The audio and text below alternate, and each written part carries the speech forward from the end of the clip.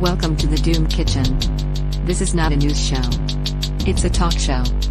We do not give financial, legal, medical, or any kind of advice. We are not responsible for the actions of our listeners. You are responsible for you. If anything offends you, we were only joking. Promise.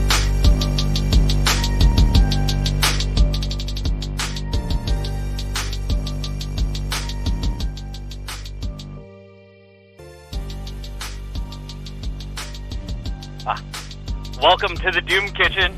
I'm Ando, and today I have an actual chef, and he's also a doomer. What's up, Chef Jake? How we doing, man? I like the intro. Pretty good. Thanks. Yeah. Just been driving around all day. I got to have lunch with fellow Media Monarchy member Phytophiliac, who was just on the show. I believe it was episode 7. Was it? No, 8? Yeah, I think it was 8. So, that was really cool. But tell us about yourself, Jake. Where to start? I've been cooking since I was 15 years old. I took about 3 years off and did retail and couldn't stand it. And so now I'm 37. That's 19 years of cooking. Born in Texas, grew up in Alaska, got into some stupid shit and ended up in rehab when I was 22 with 2 DUIs. Decided to turn my life around, and at a cooking job decided if I was going to do this for a living, I needed to get good at it. And that was 13 years ago, and that's kind of really where the journey started. But also I started to go down the rabbit hole in 2012. Officially, I was always kind of there with, government conspiracy, Iran-Contra, and, some shady stuff's going on. But that's when I went over and was like, whoa, this is way deeper than we know. So, 9/11? Or, I mean, it was about 11 years after, but...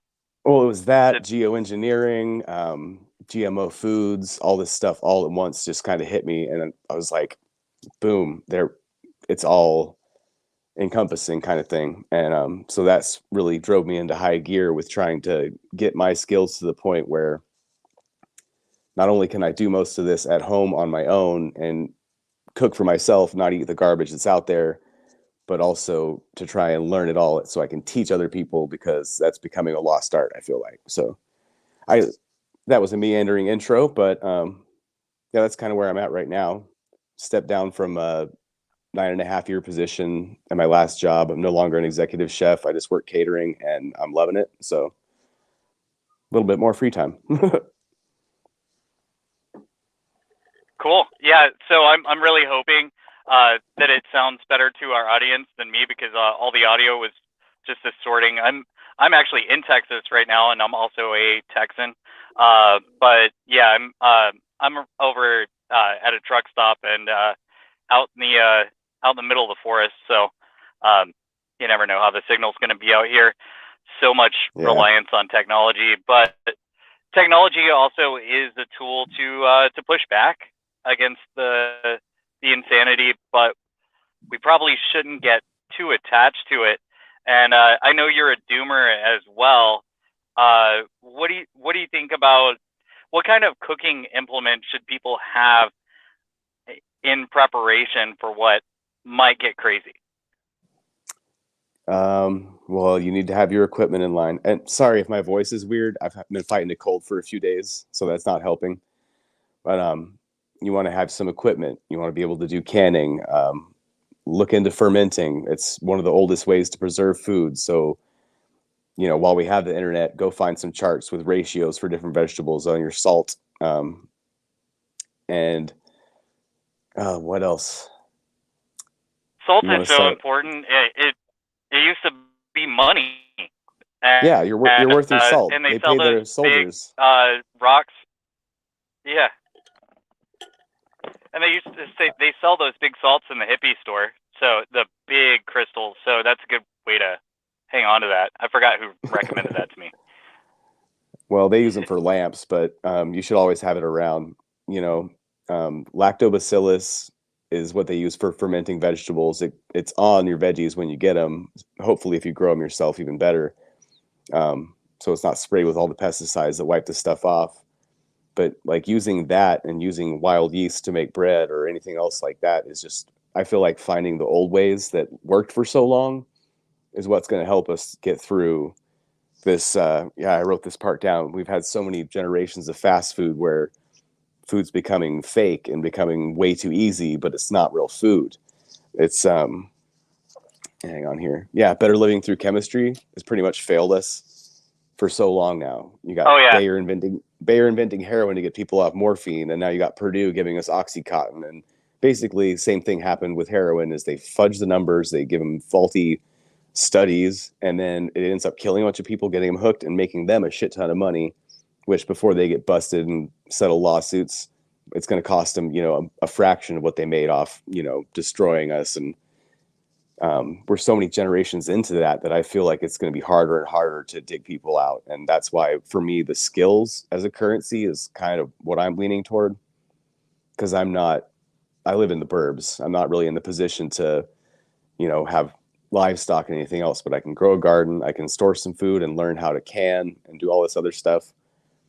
I feel like learning the process now and saving records of how you do it is going to help a lot. Canning may seem like a simple thing, but it's a process. You got to make time for it. You got to have your citric acid or even just a lot of citrus around to get things. pH tester is very handy as well. Don't get a cheap one. Right. Yeah. Like, I don't have huge stocks of food. Yeah. But any kind of food that comes my way, I'll figure out what to make with it, Yeah, and also for all the people that it's great to have those food buckets.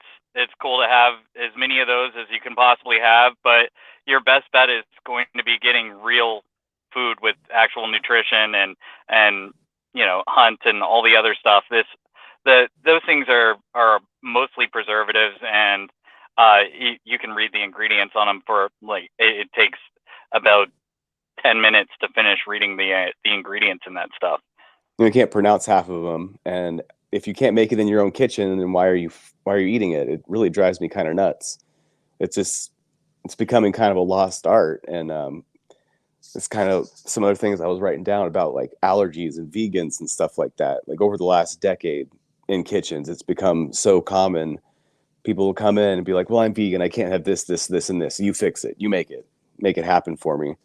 Or allergies, like their doctor won't talk to them about what to feed themselves or to learn to cook, but they'll give them a little card. And here's the 12 things I'm allergic to. Go figure it out and make me some food, and I'll complain if it's not good. Like, people need to figure out what the hell they're putting in their bodies. And, for me, a long time ago, I was almost a victim of the opioid epidemic. I started on the path. And I just feel like all this give me convenience or give me death is really going to be the death of us. Like, people need to figure out how to take care of themselves. And that's sure. Not going to the doctor and getting prescribed a bunch of shit, Yeah, and all of these allergies, a lot of them just kind of popped up out of nowhere. People weren't allergic to a lot of this stuff until the last couple decades. Until they increased the childhood vaccines, pretty much right after I got my rounds, the vaccine schedules, injecting a bunch of weird shit. Now you got all these peanut allergies were never a thing before. Don't get me down that rabbit hole. Right. Well, I mean, that's one of the great things about having you, is because I know what you listen to, and we haven't really talked too much before this, but I know that we're all in the same circles and we're gonna get along great. But yeah, it was that, and or it was very likely that. There we go. I can't make a definitive statement because YouTube will get mad at me. They probably will anyway. Yeah. I'm counting the days. By the way, if y'all are listening, I have an Odyssey channel, and you can find me through Podcasting 2.0 by searching up Burn Babylon Burn, the sister show to this one. That's mostly current events. There, plug. Got it. So cast iron skillets, pretty good. Good blades. I've started going nuts on picking up blades anytime I see one that I like. Yeah, you want to have a good one. You want to have a good sharpening kit, and just keep that shit sharp. Keep it safer, actually. But I have millions of knives laying around, but the two that I actually use, I spent some money on, and best investment I made. It really is for someone who uses them as much as me. Yeah. But What I endured an advertisement on YouTube the other day, which I usually don't do. But it was these big, crazy, awesome carbon steel chef's knives. What do you think of those? haven't seen them.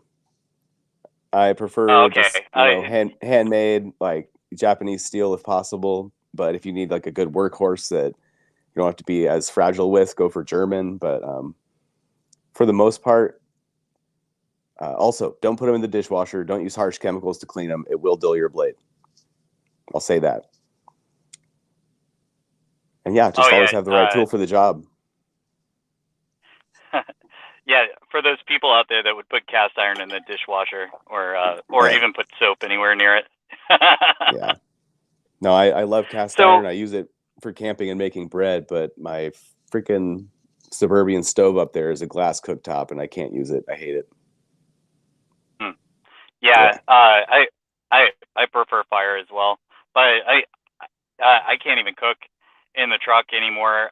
So I used to do regional trucking stuff, so I was able to keep a George Foreman grill in the truck, and that's what I would use to cook everything with. But now I change trucks. I go truck to truck all the time. And so I don't have anything I can cook with, no microwave, no water boiler, any of the stuff. Not that it's great to be around a microwave. It just beats having to eat fast food all the time or whatever else you have to do.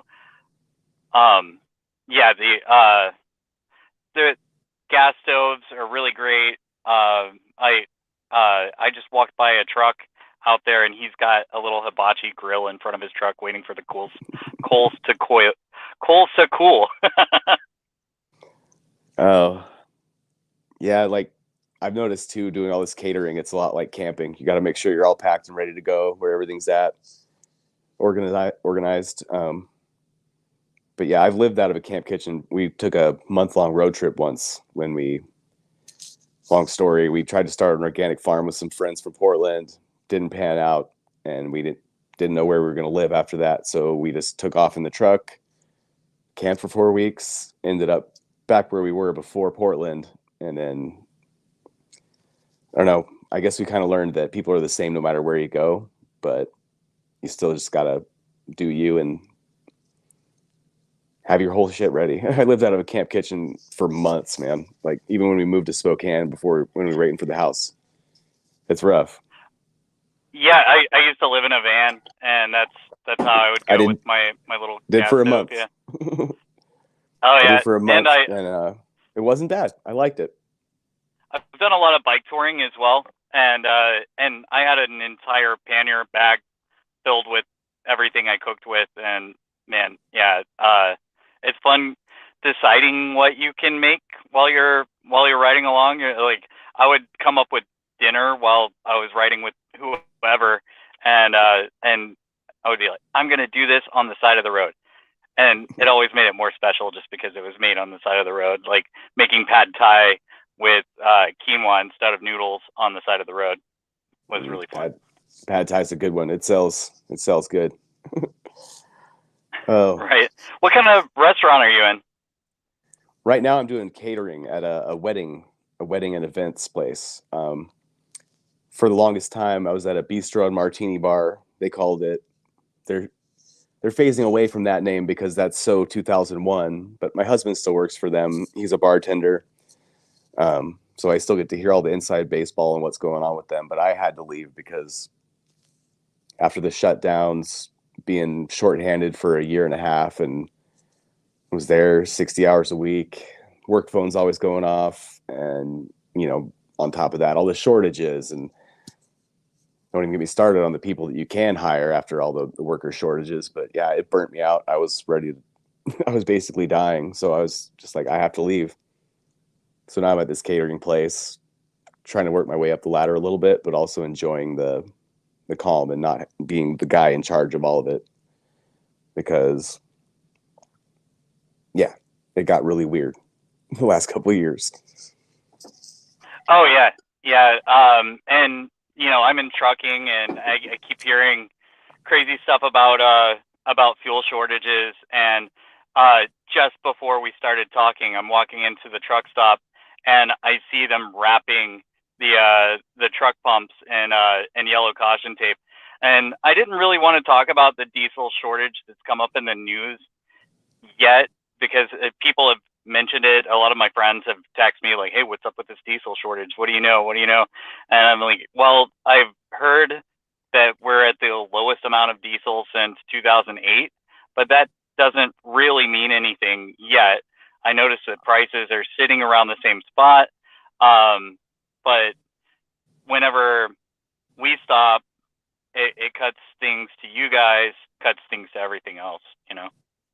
Yeah, no, I've been hearing the rumors, and for me, I don't like to start tripping about it really till I'm sure that it's real. And that's the problem with all of the media nowadays, is you can't tell if it's real until boom, they fucking smack you with it. And so yeah, if that's really Yeah. becoming a thing though, then we got some issues, because if those trucks stop running, then we got like Luckily, they're three just days. testing the pumps. Yeah. They're testing the pumps, but yeah, I think they send those things out as trial balloons, see what we do, see how we react to it. Right. And they probably did it. I'm guessing that like all the Ebola and what was it, SARS and MERS and all that stuff, those are all kind of test runs. And even back in the 70s when they did the smallpox vaccine, whatever, carrot, whatever they want to call it, like they're judging our reactions. These people know how our brains work. And so I feel like that's how they craft the narratives, but it's like still, I've been waiting for shit to hit the fan since 2012, and I never thought they would pull the fucking pandemic card. And so now what's next? Like, it's got me kind of on my toes. Like, if it was a diesel shortage, we've been talking about how the trucks keep us going for so long, and we're 3 days away from not having any food in any place, where you don't have every season to grow. And it's, so now it's just even getting more real, I guess. Like, I've Well, part of always, it is logistics. I mean, I'm sure that butter is made somewhere closer than Illinois, and it doesn't necessarily need to go all that way to get to Houston. So if diesel does get shortened, then we can make it to where, I mean, I'll lose money out of this, but I I can deal with losing money so long as we're not losing our lives, or yeah, um, at least something. So yeah, there's the supply lines are weird though, because the way they've set them up is there's an expectation that something in Illinois can go all over the country, and that quick. Yeah. yeah, instead of having a place in Georgia, a place in New York, a place there and there and there, No, I feel that because we work with US Foods. They're like a conglomerate food supplier for restaurants, food service, whatever. A few years ago, it used to be a kind of locally owned company that was a few states wide or whatever. They got bought out, and US Foods took over right when the shutdowns were happening, all the layoffs were happening, everything slowed down. All the OG guys quit, and they all hated how the new management was being run, like this new business model we have to follow. They all hated it. And my neighbor's son, he still works for him, and he tells me all the horror stories. Like, they'll hire in all these drivers. After 2 weeks, one of them's left, and then he just crashed a truck, so he's probably not going to be there much longer. The warehouse people are a shit show because there's no one there to train them. And it's the same in meatpacking plants. It's the same in all these places where you've had people doing it for so long, and they were just on the edge of retirement, and now it all gets yanked out from under them. And they're like, oh, well, screw this. I'm just going to get out of this right now. Screw these kids. And like, they've already been sick of the kids for a while. I know I am. I know my mom was in the hospital, 10 years ago. Like, and I feel like that's in every industry right now. It's in shipping, it's in restaurants, it's in hospitals. It's getting to the point where it also doesn't help that everyone's asking for more money, and our money's worth less. So even if they do decide to pay you more, eventually it's not worth anything more. It's quite the yeah. conundrum, man. It really is. I've been in places where I sit in the door for hours and hours just because they're short staffed as far as Yeah. people that can run the forklift. You're like, dude, let And me in there. I'll unload it for you. Just let me get out of here. You know? No. Nope. Taking a I'm nap. union. I'm union. We're good. Yeah. And they're paying me for layover, so I'm taking a nap and I'm getting paid for layover for the nap. But yeah, Not me. I'm like, I'm behind. I have like an hour to get this done, and I cannot afford to be sitting here waiting for your ass. But you know, hashtag yeah, chef life. right, yeah. Well, truckers, we get paid to wait a lot of times, so that's one of the perks. Sometimes we don't get paid to wait, and that's why there's a lot of truckers that are super impatient. But yeah, always a little bit of a drama at these here truck stops and ports and Well, yeah, I and heard that was docks. making it. I heard that was making it weird at the ports when there was the backlog of all the tankers coming in. That like people may not be getting paid that much for what they're going in to grab, and if they have to wait 3 hours to even get in to go grab it, it's not worth a lot of people's time. That was a long time ago. I heard that. Well, a year, but yeah. So do you So know anything? Oh, go ahead. no, you go ahead. Okay. I'm jumping all over the place because I'm just kind of like that. That's just the way my brain works at the moment. But yeah. Do you know anything about processing? Processing meat. Yeah.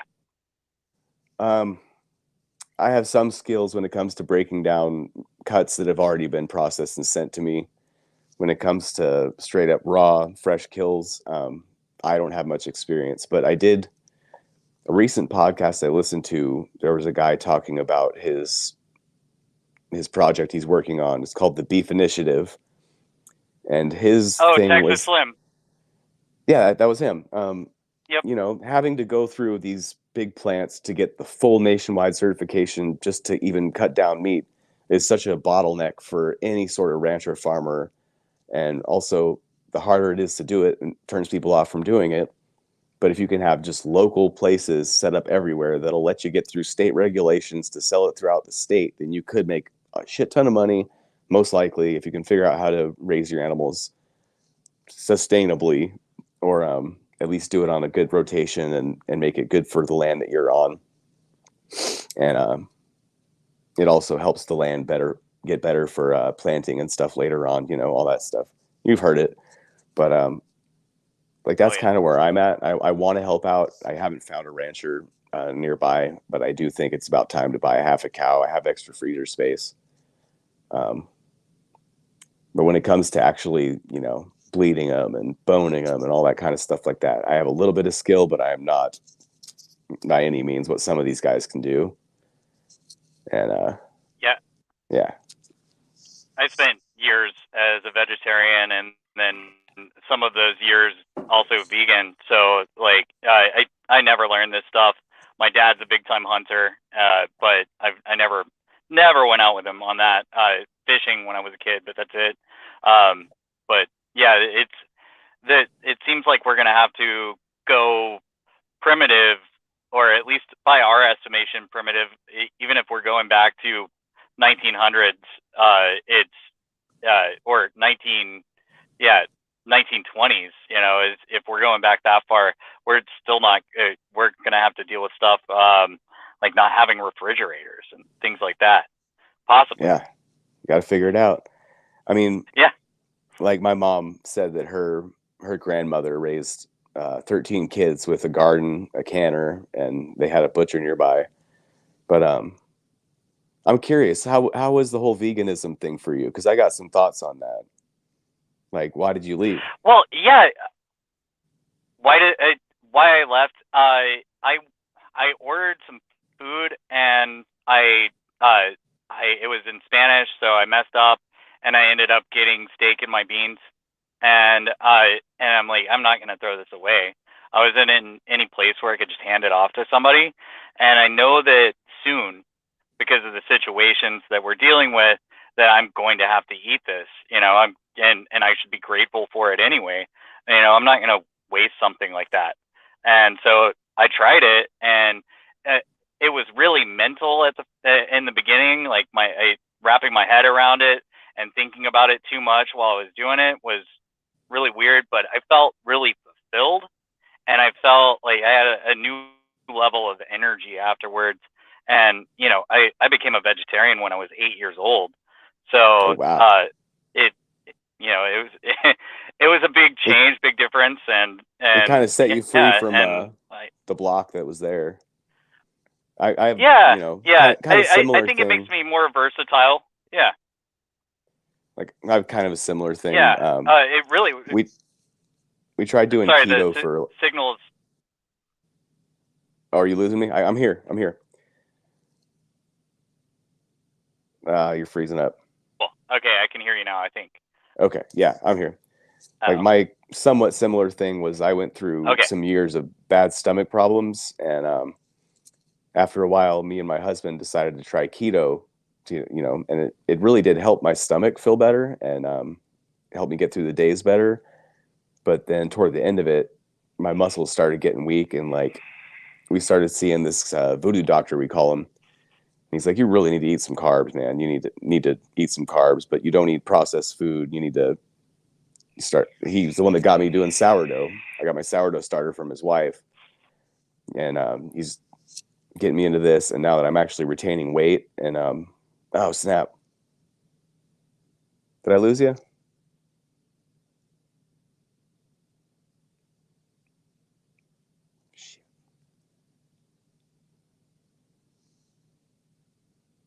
Oop, there you are. Oh, hey. You're back. Yeah. Wow. Yeah, I'm glad to be back, but that was really weird. It got really bad for a minute, and it's showing full bars and everything, but yeah. Well, let's just go back to that. So your experience with the keto diet?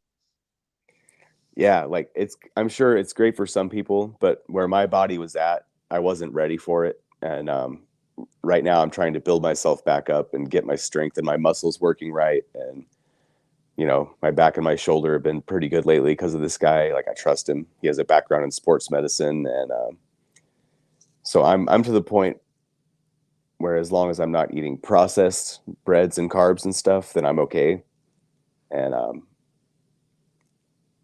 it's been a ride. There's so many different diets and lifestyles and choices, but it's all on the internet and there's no way to really choose what's the best for you unless you want to go to a doctor and they'll give you a pill. And Yep. so just finding what works for you, I think is the most important. Like don't let people coerce you into thinking that just one thing, this is the only thing that works for everybody kind of thing, because everyone's different. And it was important because I was bad to the Yeah. point I couldn't even like lift heavy objects. My back was out all the time and my muscles were like literally shaking because I had nothing stored up. And been a lot better lately. Also quitting the job and less stress has helped, I'm sure. But yeah. Yeah. I saw this book, and other people have mentioned this to me before, but I haven't really read it or anything like that. But eating for your blood type, I think that's one of the reasons that we're all different. One of the many reasons that some things work for some people and some things don't. I feel like I'm one of those people that I can actually deal with just about anything. I haven't heard of that one, but I will look it up because I like to geek out on food and nutrition and stuff like that. It's kind of become my hobby. So And then there's what the Indians are into the Vedic diets and stuff, right? Do you know anything about that? I don't. Oh, okay. Yeah. Well, one of my friends is into that. Maybe one day I'll ask her.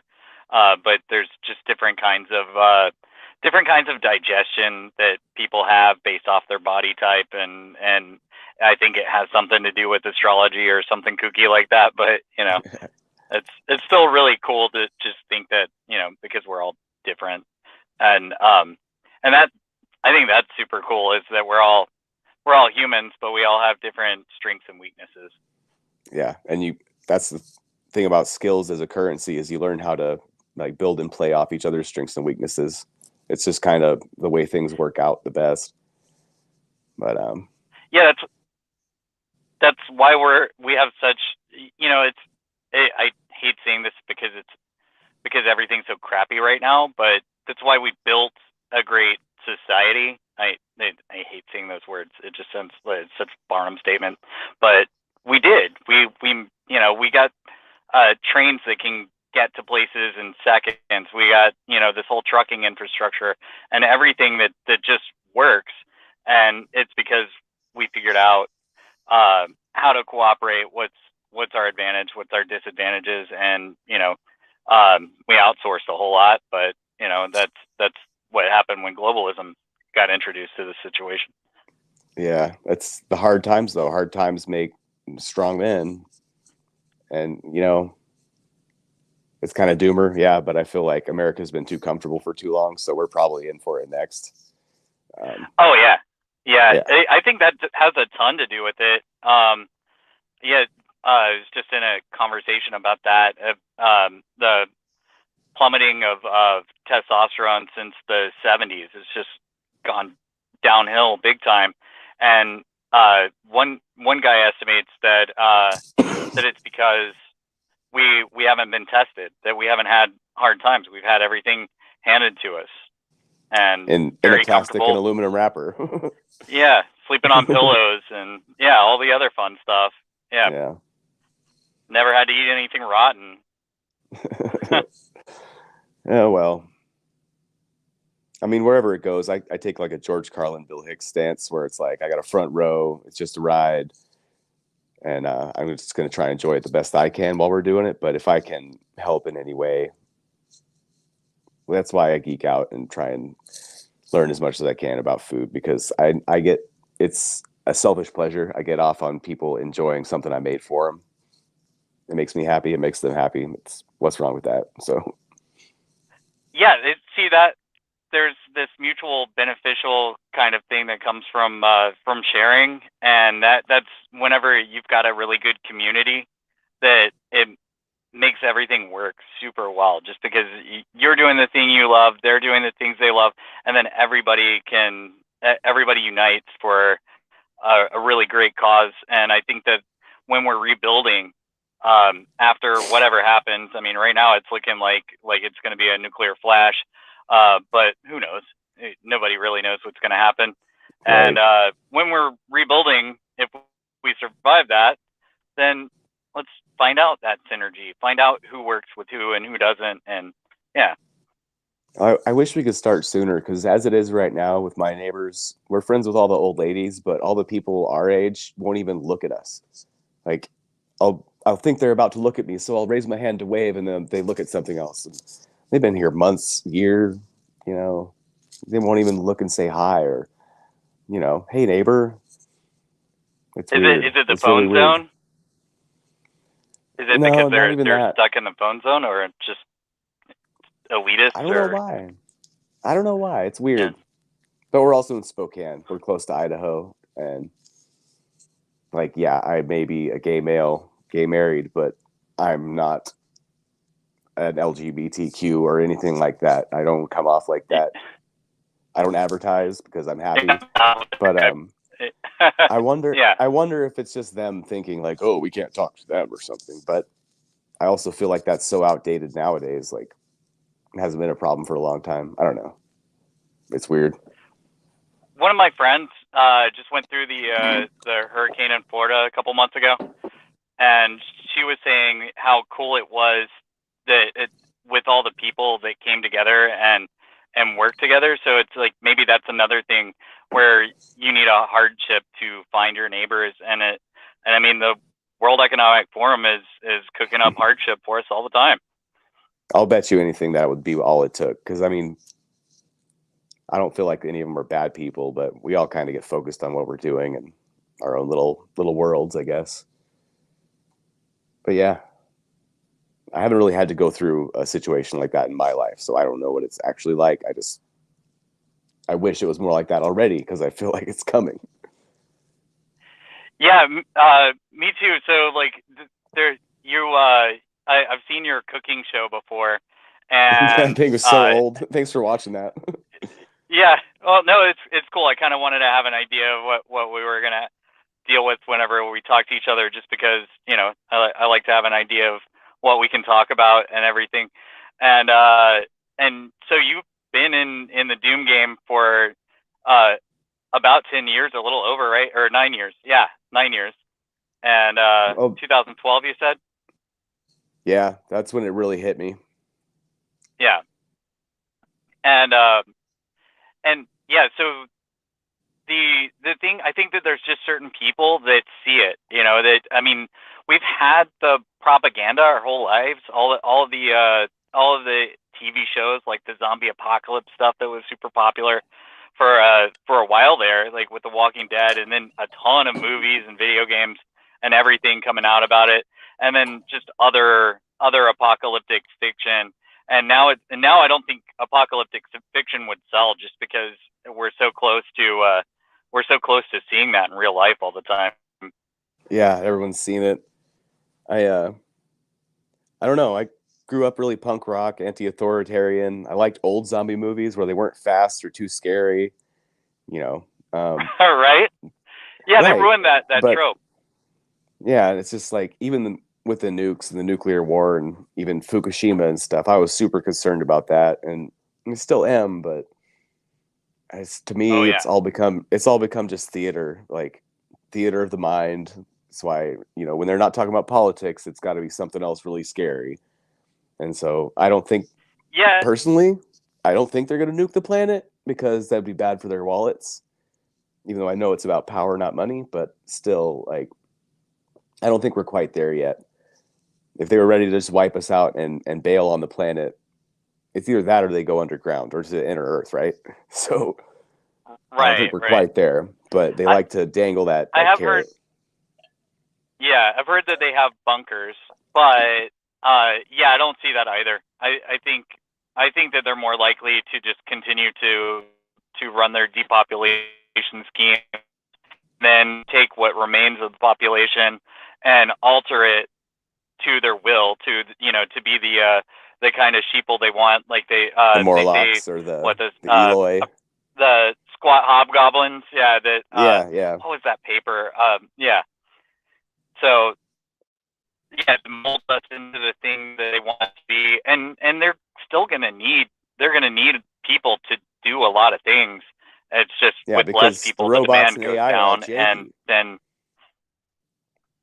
that's my thing. They're trying to, like Elon Musk and all the other celebrity people, or it's like, oh, all this technology is getting so insane, we should be really scared of AI and all this stuff. And I'm like, no, it's going to be janky. It's going to be like Idiocracy, where Carl's Jr. takes your kids, and that's the extent of, I don't know. I feel like it's going to be poorly set up because they cut corners everywhere they go. Look at Microsoft. Look at all these other places.